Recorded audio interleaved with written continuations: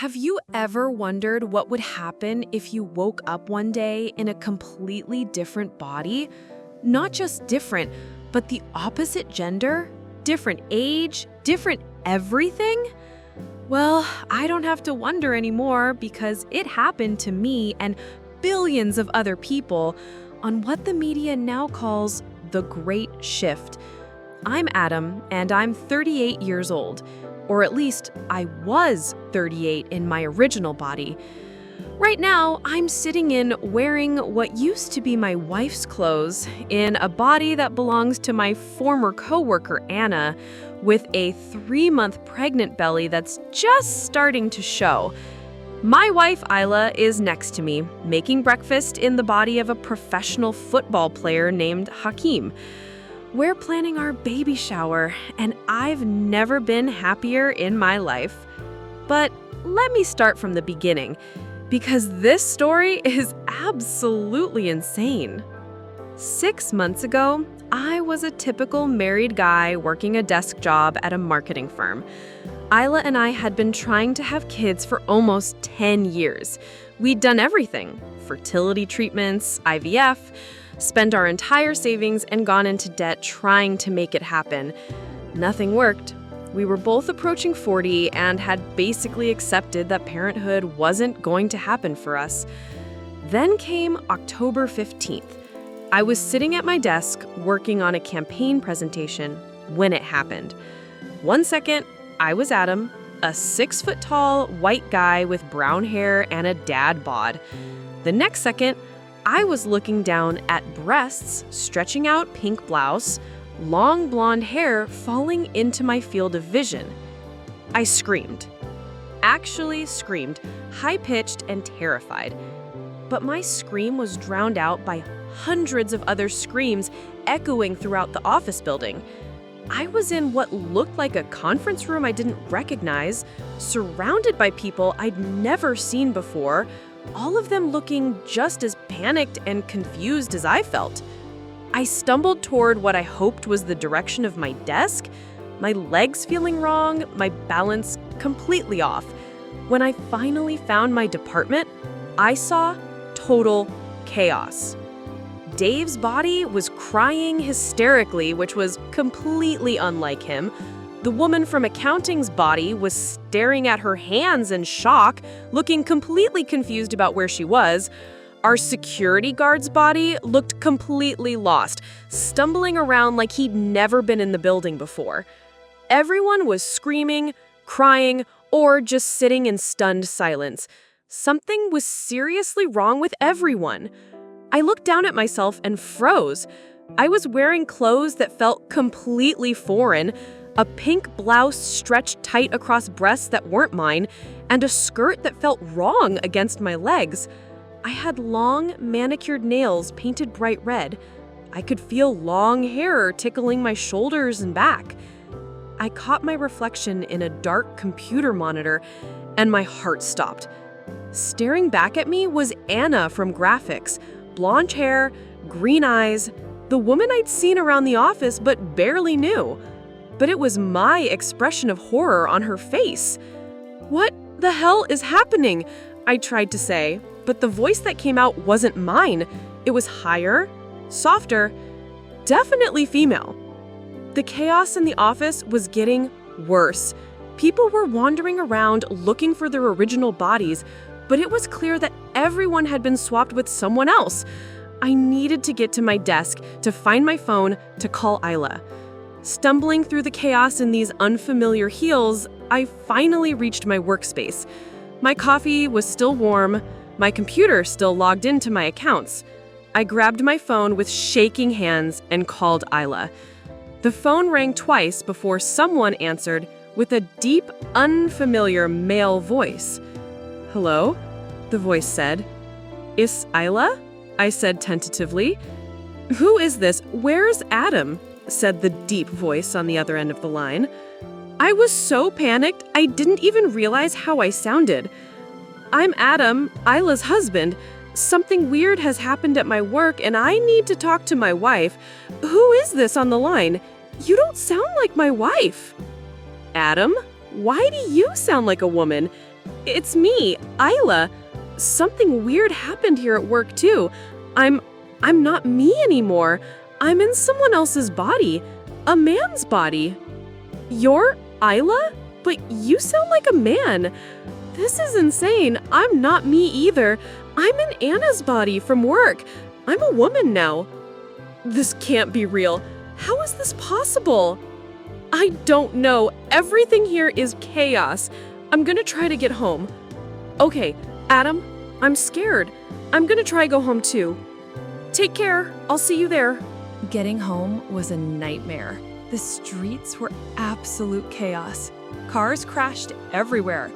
I saw a city bus that had plowed into a storefront. Emergency sirens were wailing from every direction. There were people, old and young, trying to help out. I saw a kid trying to do CPR on a man on the street. That's when it hit me. Even the responders must have been swapped. I tried to drive, but my feet could barely reach the pedals in this smaller body. I had to adjust the seat and mirrors, and even then, driving felt completely foreign. My depth perception was different, my reaction times felt off. I ended up abandoning the car 6 blocks from home and walking. Walking in this body was its own challenge. I was wearing heels, not high ones, but heels nonetheless, and I kept wobbling. My hips swayed differently when I walked, and I was constantly aware of my breasts bouncing. Every step reminded me that I was in a completely foreign body. When I finally got to our house, I stood outside the front door for a full minute before knocking. I didn't have keys that would work. They were back at the office in my original body's pants pocket. I didn't even get to see my own body and where it went. Was it Anna in there or someone else? I never found out. The door opened, and I came face to face with a tall, muscular black man. He had short, dark hair and strong features. But when he looked at me, I could see something familiar in his eyes. The way he looked at me, the slight tilt of his head. "Adam?" he said in that deep voice I'd heard on the phone. "Yeah, it's me. Isla? Thank goodness you made it home safe." We stared at each other for a long moment. The situation was so surreal, so impossible, that neither of us knew what to say. Here was my wife's mind in the body of a complete stranger, a large black man I'd only seen in the professional football league from the TV. Can I come in?" I asked. He stepped aside, and I walked into our own house feeling like a complete stranger. Everything looked the same, but experiencing it in this body made it feel different. I was shorter, so the ceiling seemed higher. The furniture looked bigger. We sat on our couch, keeping a careful distance from each other. It felt weird being alone with what appeared to be a strange man, even though I knew it was Isla inside. "What do you think happened?" Isla asked. "I have no idea, but it's not just us. Everyone at my office was in different bodies. The whole city looks like it's in chaos." We turned on the news, and what we saw confirmed our worst fears. This wasn't just happening to us, or even just to our city. Reports were coming in from around the world. An estimated 95% of the global population had instantaneously swapped bodies with someone else. Planes had crashed because pilots found themselves in bodies outside the aircraft. Hospitals were overloaded with people who didn't know their new medical conditions. The stock market had crashed. Governments were in chaos.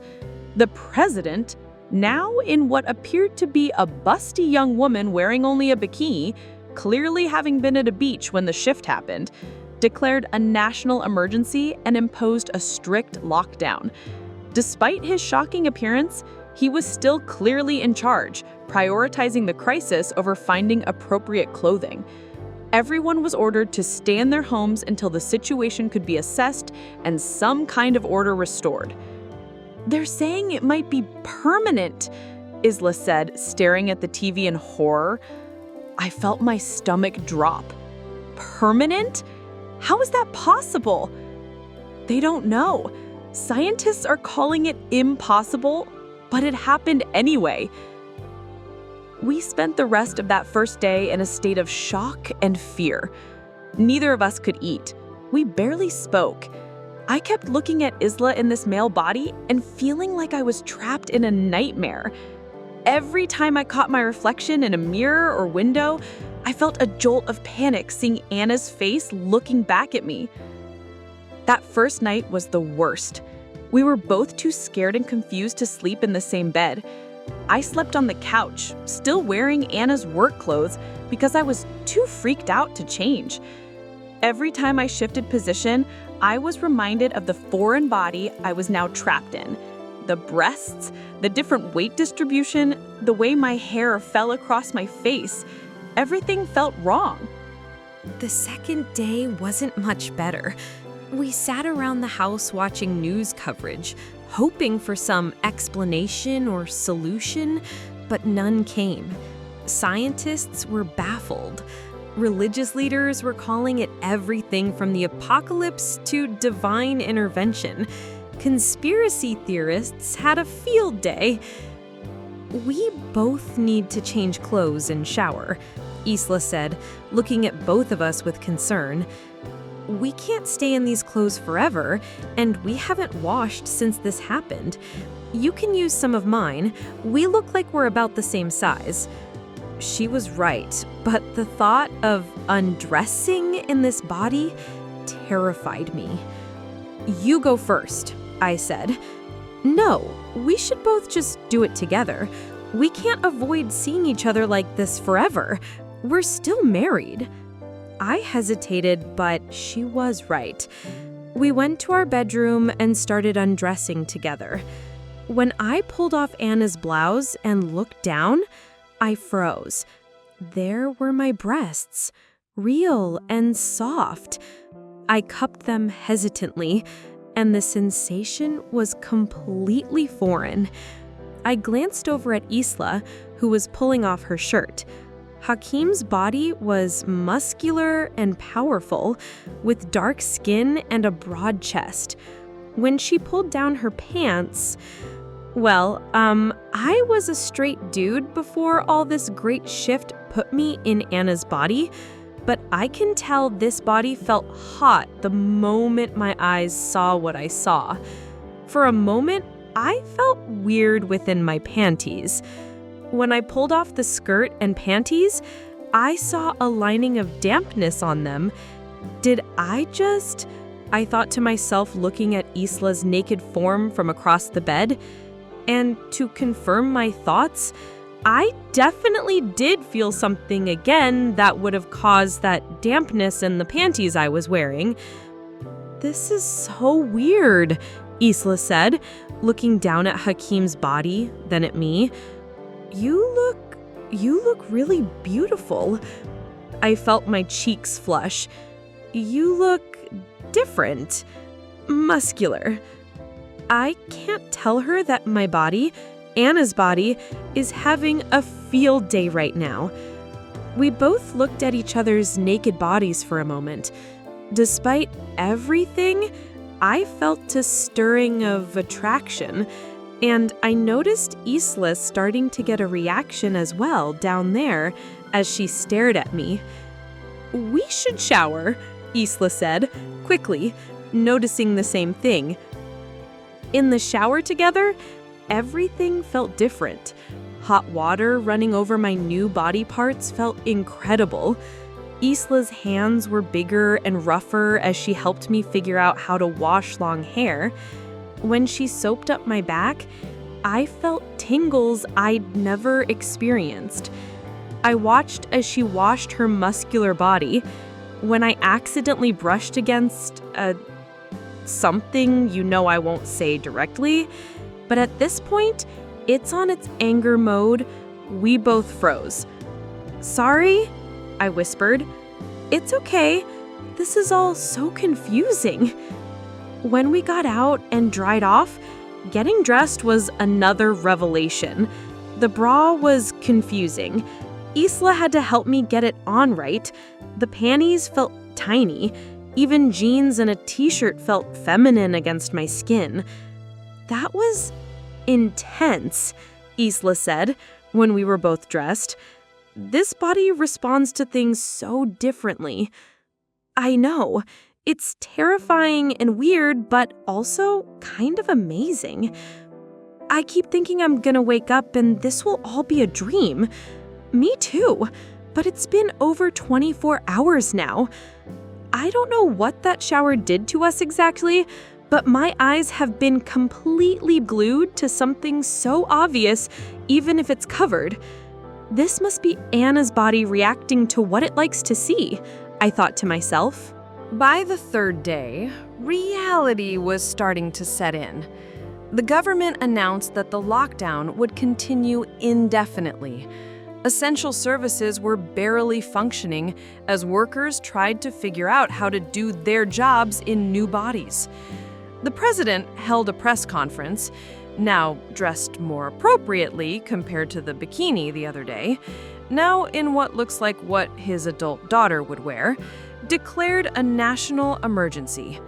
He explained that with all the emergency going on, he was happy that his daughter Amanda's clothes could fit him.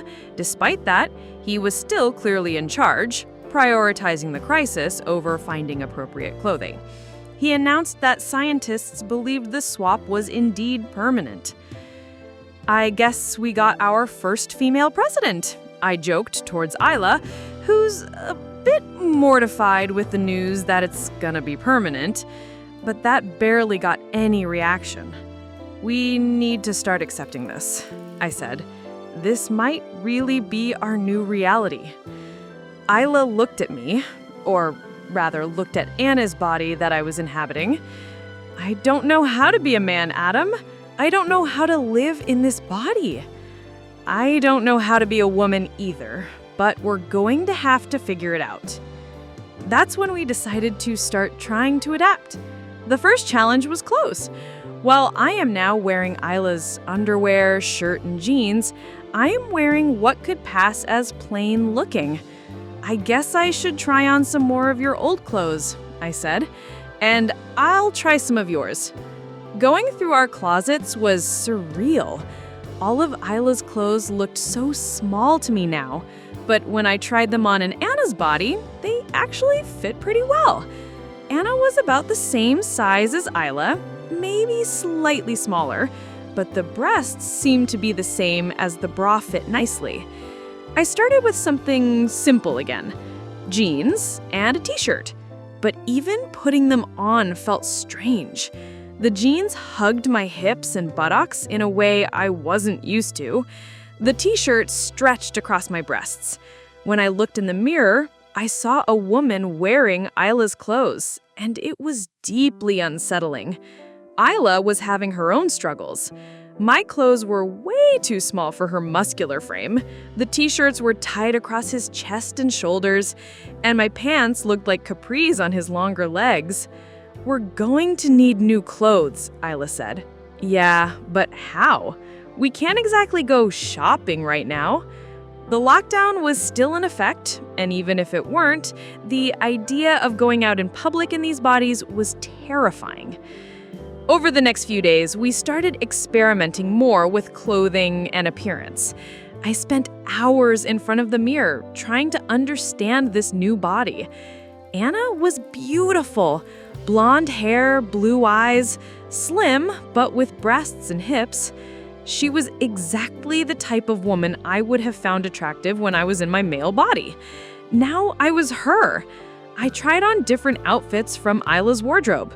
Dresses, skirts, blouses, even some of her lingerie. Each outfit made me feel different. The dresses were the most shocking. They made me feel undeniably feminine in a way that was both frightening and, strangely, a little exciting. I spent one afternoon trying on multiple outfits, looking at myself from different angles. A black cocktail dress that hugged my figure, a flowy sundress that made me feel light and feminine, a business suit that made me feel powerful despite my circumstances, a pair of jeans and a low-cut top that showed off my cleavage. The lingerie was its own revelation. I tried on several of Isla's bras and panty sets. A red lace set that made me feel sexy.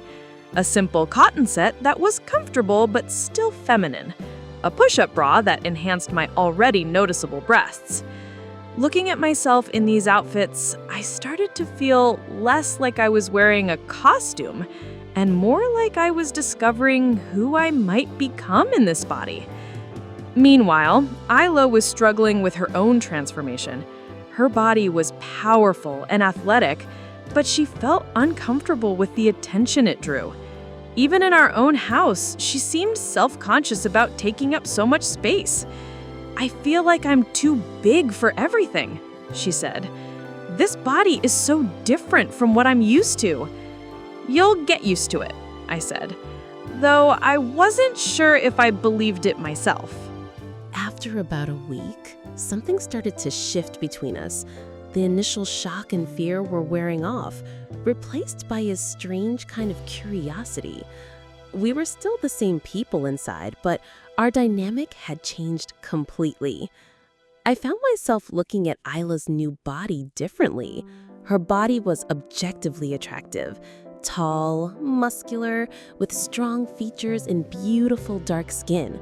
More than that, the way Isla moved in this body, the gestures and expressions that were still uniquely hers, created a confusing mix of familiar and foreign. One evening, we were sitting on the couch watching TV when I noticed Isla staring at me. "What?" I asked. "It's just, you're really beautiful in that body." I felt my cheeks flush. "Don't say that, it's weird." "Is it? I mean, we're still us. We're still married. These are just different bodies." She was right, but it felt so much more complicated than that. I was attracted to Isla in this male body, but I also felt attracted to my own femininity in ways I didn't understand. "Can I touch you?" Isla asked. I hesitated for a moment, then nodded. She reached out and touched my face gently. Her hands were bigger now, rougher, but the touch was still gentle and loving. It felt different than when she used to touch me in our original bodies, but it wasn't unpleasant. "Your skin is so soft," she said. I leaned into her touch, and something clicked between us. This was still my wife, regardless of what body she was in, and I was still me, regardless of my new form. That night, we kissed for the first time since the swap. It felt strange at first. I was shorter now, so I had to look up at her. Her lips were different, fuller, but underneath the strangeness, it was still us. "Are you okay with this?" Isla asked. "I think so. Are you?" "I think so too." We took things slow that first time. We were both nervous and uncertain about how these new bodies would respond. But as we undressed each other, I was struck by how natural it felt despite everything being different. We kissed again, and next thing I know, we were catching our breath to a very life-changing experience. Definitely not what I expected, and most definitely way different to be the one who receives, if you know what I mean. Anna's body was definitely not new to what happened, but with Isla's, her, please don't make me say it directly, it definitely was the first time for that. "That was incredible," I said. "I know, I can't believe how different everything feels." From that night on, our relationship began to transform along with our bodies. We started doing it regularly, sometimes multiple times a day. The physical connection helped us feel closer despite the strangeness of our situation. The lockdown continued for several more weeks, and we settled into a new routine. I spent time each day experimenting with makeup and hairstyles, learning how to be feminine. Isla worked out in our small home gym, getting used to her new body's strength and athletic ability. We both started researching our new body's information. I learned that Anna was 28, single, and worked in graphic design at my company. Isla already knew that her body belonged to Hakeem Jeffries, a 26-year-old playing defensive back for a professional football team. "Do you think they're trying to figure out our bodies too?" I asked. "Probably. This is so weird to think about," Isla answered. As the weeks went by, I started noticing that being in Anna's body was affecting me in ways I hadn't expected. Sometimes when I was alone, I found myself getting excited just from the way my clothes felt against my skin. I'd never been this aware of my body before. One night, about a month into the swap, I was lying in bed and couldn't sleep. My body felt restless and sensitive. I woke Isla up to ask what's happening, but her knowing what it means just made her jump at me. And next thing I know, we've done the longest and most enjoyable night of love we've ever had. 6 weeks into the lockdown, I'm still to get Anna's period. In Anna's body, that meant something. "Isla," I said, finding her in the kitchen, "I think I might be pregnant." She dropped the coffee mug she was holding. It shattered on the floor, but neither of us moved to clean it up. "Pregnant? Are you sure?" "I haven't had any period, and I've been in this body for 6 weeks now. Shouldn't it only be about 28 days of a cycle?" We stared at each other in shock. After 10 years of trying to conceive in our original bodies, the idea that I could be pregnant now was mind-blowing. "We need to get a test," Isla said. "How? We're still under lockdown." "I don't care. We need to know." Isla managed to get a pregnancy test from a neighbor who was a nurse. She traded some of our emergency food supplies for it. Taking the test was one of the most nerve-wracking experiences of my life. I sat in our bathroom, staring at the little plastic stick, waiting for the results. 2 pink lines. Positive. I started crying. After everything we'd been through, after all the disappointment and failed treatments, I was finally pregnant. It didn't matter that it was in a different body than I expected. I was carrying our child. "Isla!" I called out. She rushed into the bathroom, and I held up the test with shaking hands. "We're having a baby," I whispered. She lifted me up and spun me around, both of us crying and laughing at the same time. It was the first moment of pure joy we'd felt since the Great Shift. "I can't believe it," she said. "After everything, we're finally going to be parents." The pregnancy changed everything for us. Suddenly, our new bodies weren't just something we had to endure. They were giving us the family we'd always wanted. I started taking prenatal vitamins and eating healthier. Isla became incredibly protective and attentive, bringing me everything I needed and making sure I was comfortable. "How are you feeling?" she asked every morning. "Good.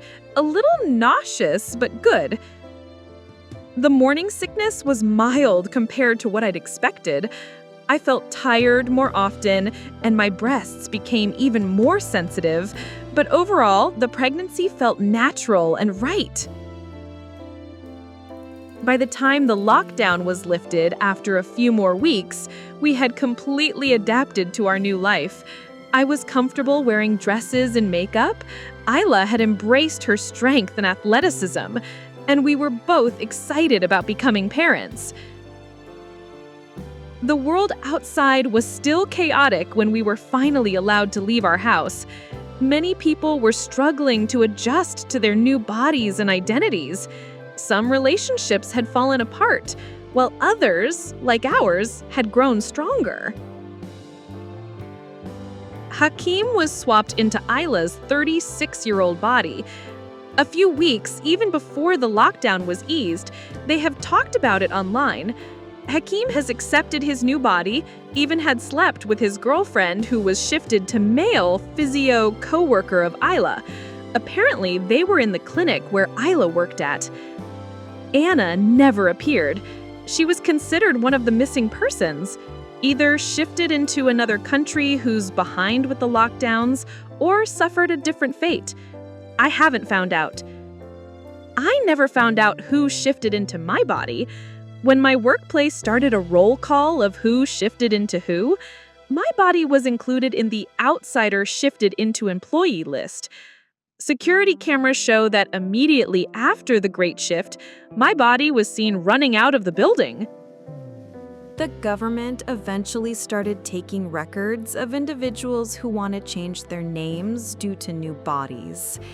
We decided we needed new names to match our new lives. After much discussion, I chose Evelyn. It felt feminine and strong. Isla chose Ian, simple and masculine. Hi, I'm Evelyn, I practiced saying in the mirror. This is my husband, Ian.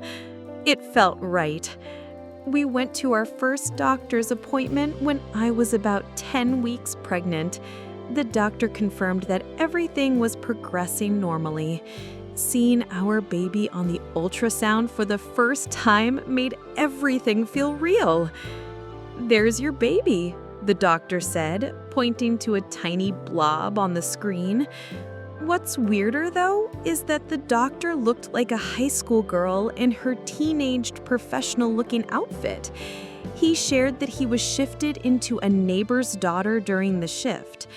When the government needed all health professionals volunteered during the lockdown, he was one of the essential people who volunteered regardless of his new body. Now, at 3 months pregnant, I'm starting to show. There's a small but noticeable bump pushing out my dresses. Ian loves to put his hand on my belly and talk to the baby. "Hey there, little one," he says every night. "Mommy and Daddy can't wait to eat you." People ask us if we miss our old bodies, our old lives. The answer is complicated. Yes, sometimes I miss being tall and strong. Ian sometimes misses her feminine body and the ease of moving through the world as a woman. But this life we've built together feels right. We're happy in ways we never were before. The Great Shift took away the people we used to be, but it gave us something we'd wanted for so long: the chance to be parents. The baby is due in the spring. We're planning the nursery, buying tiny clothes, reading parenting books. Everything we dreamed of for 10 years is finally happening. Ian just came over to read what I'm writing, his hand automatically going to my belly. "You're making us sound like we figured it all out," he says with a smile. "Didn't we?" "I guess we did." He kisses my forehead, and I feel the baby kick for the first time. We both freeze, staring at my belly in wonder. "Did you feel that? Was that?" I grab his hand and place it on my bump. The baby kicks again, stronger this time. "Our baby," Ian says, awe in his voice. "Our baby," I agree. Sometimes the most devastating changes lead to the most beautiful new beginnings. The Great Shift destroyed the life we knew, but it gave us the family we'd always dreamed of. And honestly, I wouldn't change a thing.